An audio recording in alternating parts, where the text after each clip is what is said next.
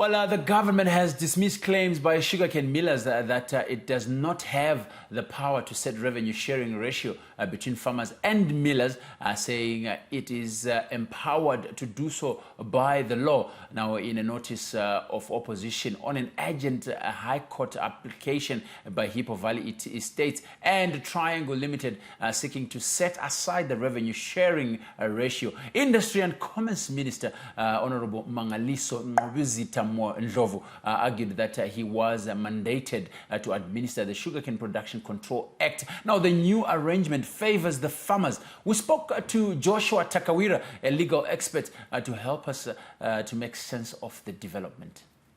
What we know at this point is that there's a serious issue of compliance that is before the court that is being raised by this case. But what we also know is that this matter has been raised as an urgent chamber application. And what an urgent chamber application is an application that should, in itself, when you look at it from the face of it, be urgent when you look at it. Now, at this stage, we are not really sure whether the applicant in this case is going to pass that test of saying, did he not wait, or did the applicant not wait until it was the last minute? Now, what we know from the case at the moment is that the DOPs, the Division of Proceeds, that are being challenged by the millers in the court have always been there. As far back as we know, maybe from 2016, there was an issue that happened there.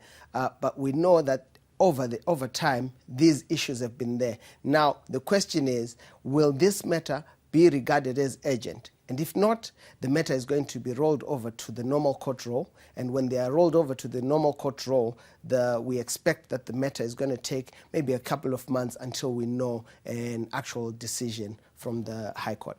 Well, he also spoke on the possible outcomes of the matter.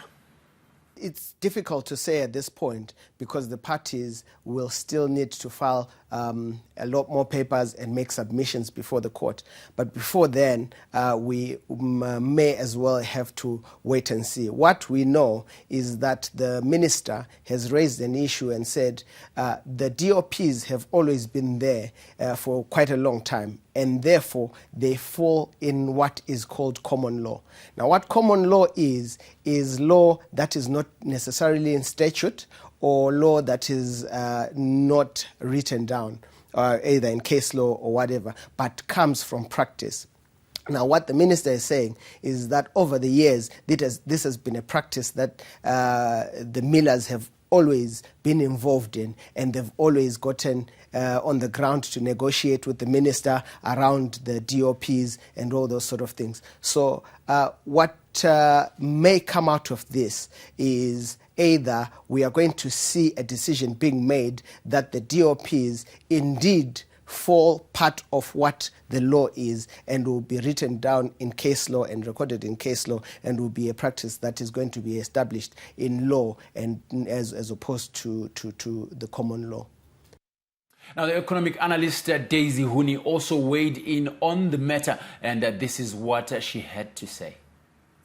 It is important for the minister to ensure there is a win-win revenue sharing between involved players, or we will witness a demonstration that could easily lead to a shortage in supply, as millers might choose to reconsider their contracts with farmers since they feel they are not getting best returns on their investments, or the sugar and fuel, i.e. blend prices, will increase so that the returns are substantial regardless of the ratio.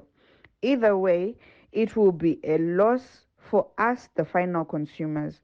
Shortage of supply or price increases in these two commodities always spells doom for the economy. Konapo, ipapo, ba ZTN Prime, DSTV channel 294, the place to be.